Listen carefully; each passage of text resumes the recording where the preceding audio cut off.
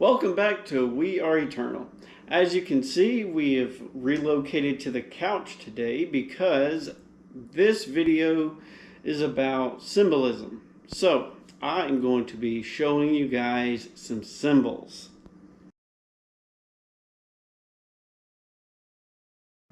Alright, cut. Video's over. And as you can see, I have a little helper here.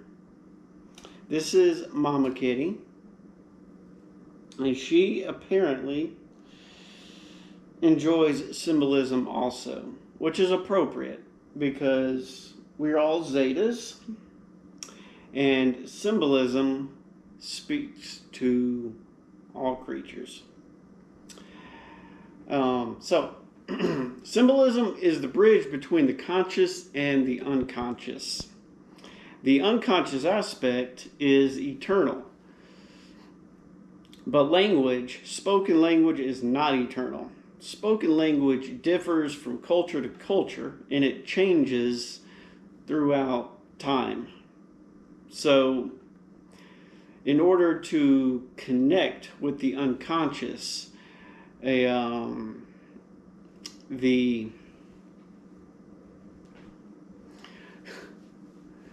the unconscious requires a universal language to connect with it, and that is symbolism.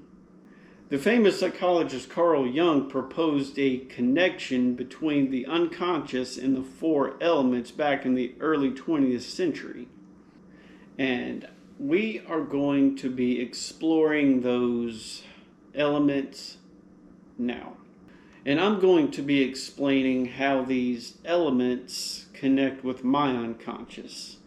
So a couple of weeks ago, Morgan Fischel showed us a wheel forming ritual centered around the pentagram. So what I did was I made my own pentagram out of acrylic. And each point corresponds with an earth element: air, water, fire, and earth. And the top is spirit. So we are going to be exploring these elements in this order, counterclockwise: air, water, fire, and earth. That's it. So our first element is air. So the traits of air include intellect, communication, creativity, and mental clarity. The tarot suit associated with air is swords.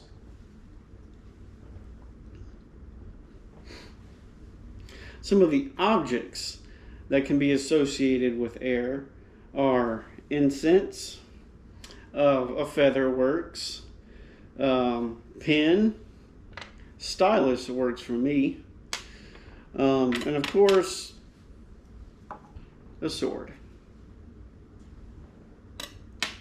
One of the ways you can use the physical objects to communicate with your unconscious is, for example, the stylus. A couple of weeks ago, I had to take a test, and the months leading up to that test, I was studying really hard for it. I was using an app on my phone and my Kindle. The app on my phone had study questions, so I would go from the study questions. I would basically give myself an open book test. I had the material on my Kindle. I had the questions on my phone, and I would surf through the study material with my stylus, of course, and find the answer and use the stylus to select the correct answer on my phone. I would hit it. If the question would turn green, I got it right, and that would help stick it in my unconscious. Not only are you engaging in the material in several different ways, the stylus acts like a bridge between the conscious mind and the unconscious. So whenever I went to take the test, I was able to access my unconscious after having studied using this technique. The sword. You can use a sword to basically symbolically cut away aspects of your unconscious or conscious that you're trying to get rid of.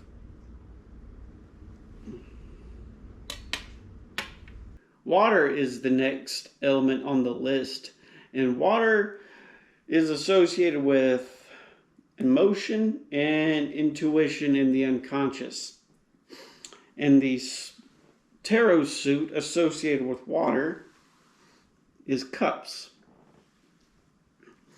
Some of the objects associated with water are, of course, water, cups. I find that a journal resonates with the unconscious because if a pen represents intellect, you will use the pen to record into your journal, which is your unconscious. And another object that you can use to associate with the element of water is your cat. Your cat is very liquidy. Your cat will conform to whatever shape that it's is sitting in. Some of the actions that I find that correspond with water are inner work, integrating your shadow and mirror self, starting a journal, of course, any sort of cleaning, taking a shower, anything that involves water. Washing your hands can obviously associate with water. Anything that you're doing to cleanse yourself. Taking a spiritual bath or shower is also inner work. And water is associated with emotions. It goes along with the phrase, emotions come flooding in. So now that we have finished with the element of water, that leads us to fire, which is probably one of my favorite elements. Fire represents energy, passion, ambition, creativity, willpower, and transformation. The tarot suit associated with fire is the suit of wands. Some of the objects that are associated with fire is, of course, fire, candles, lamps, anything that can really harbor a flame. The sun, of course, wands.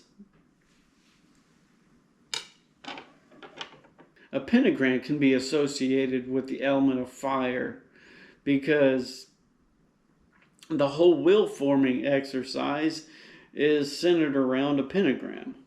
Some of the actions that can be associated with fire is just reflecting on what motivates you. Listening to some high-paced, high-energy music. The will-forming ritual is a good association with fire. I find that a good cardiovascular workout, running or riding my bike, also resonates with the element of fire. The wand also is a good ritualistic tool, so, especially when it comes to applying energy to your will. So you can think in your mind about what you want to accomplish. What's the first goal that you want to accomplish?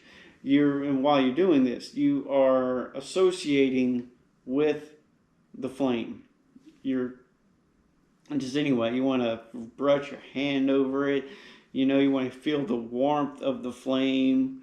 Just anyway, you are putting your will into this flame. And what that's doing is adding energy to your will.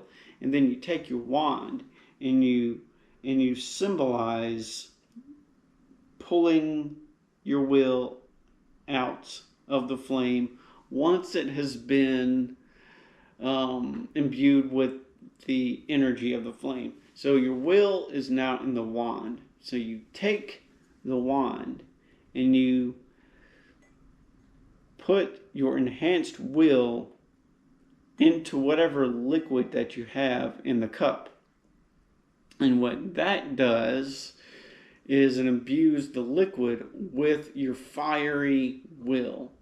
Now for this, I like to use wine, or you can use cranberry juice, any kind of liquid that has a little bit of a kick to kind of send the message home to your unconscious.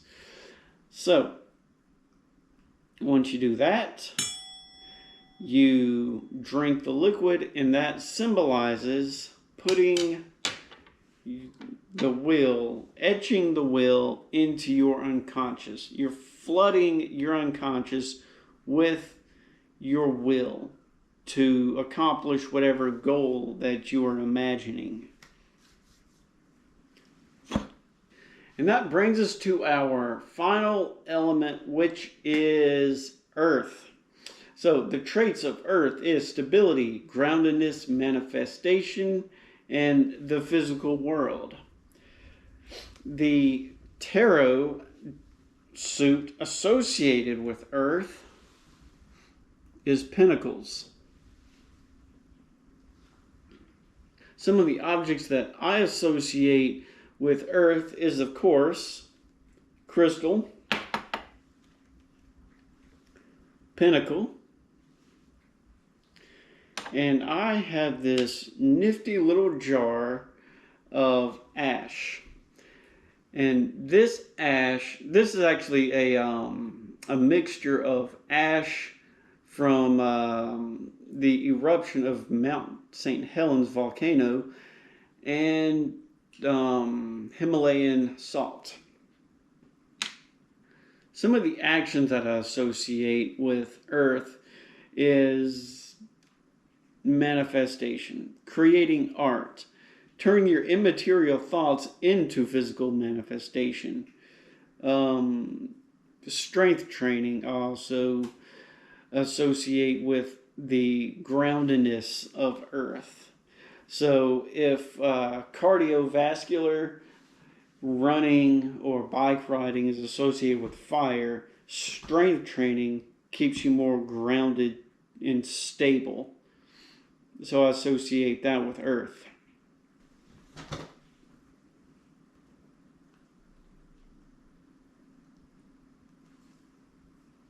So another correspondence is you can take your wand from the fire element and you can imbue your crystal from the earth element with any other trait from any of the other suits. Your intellect, your emotion, your will, or your groundedness. And you can take that object and you can use it as an anchor.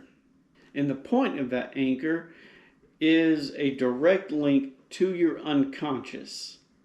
So whenever you are in a situation where you need some extra will, or you need to be more in touch with your emotions, or you need to exercise your intellect, you can reach into your pocket or your necklace or whatever you use as an anchor and reestablish that connection, reground that connection with your unconscious to allow you the strength to move forward if you get hung up or you get bogged down in the details or something. So I want to talk about tarot for a second.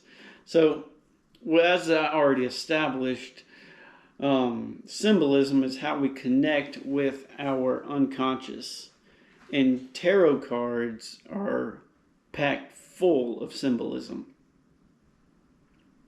And I associate the tarot with air and water because I use my intellect and my intuition to work together to interpret the symbols on each of the cards. And whenever you combine the element of air and water, you get the element of Mercury. And Mercury is a transformative fluid. It's the bridge between the conscious and unconscious, the spiritual and the material, as you can see on the Tetractys. And I don't believe that the tarot dictates the events that are going to happen in your life. But you can use the interpretations of the symbolism to enrich your perspective. You can use the tarot as a tool to gain valuable insights into situations, to deep dive into how your mind works. And you can use the tarot cards to direct and manipulate your own will as you move through life. Another interesting object that I use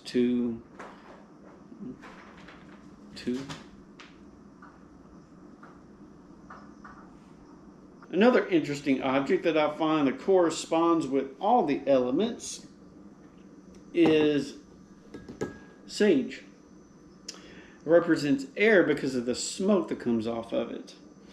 The smell of the sage resonates with your unconscious.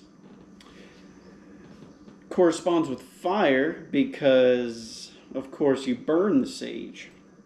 And it corresponds with earth because, of course, sage comes from the earth. So, in conclusion, these concepts are not supernatural magic. It's basically advanced psychology. It's connecting with your unconscious. So, your conscious wants to wake up early and go out and take care of business. Your unconscious wants to stay in bed, sleep late, cook a big stack of waffles smothered in syrup, and watch Netflix all day. But connecting with your unconscious incorporates it into your life. It goes from being a source of procrastination to being a source of intrinsic motivation. This is the key to being the type of person that goes out and gets results. This is how you become the change that you want to see in your life and the rest of the world. And it all comes from within. So that was my video on symbolism. So tell me how you liked it. Tell me how you liked the new setting. My previous videos, I was sitting in a chair next to my computer. This one I'm sitting on my couch. And I was sitting on my couch because, I wanted to show you these various types of symbolism that I have. So tell me how you liked it, and yeah, thanks for watching.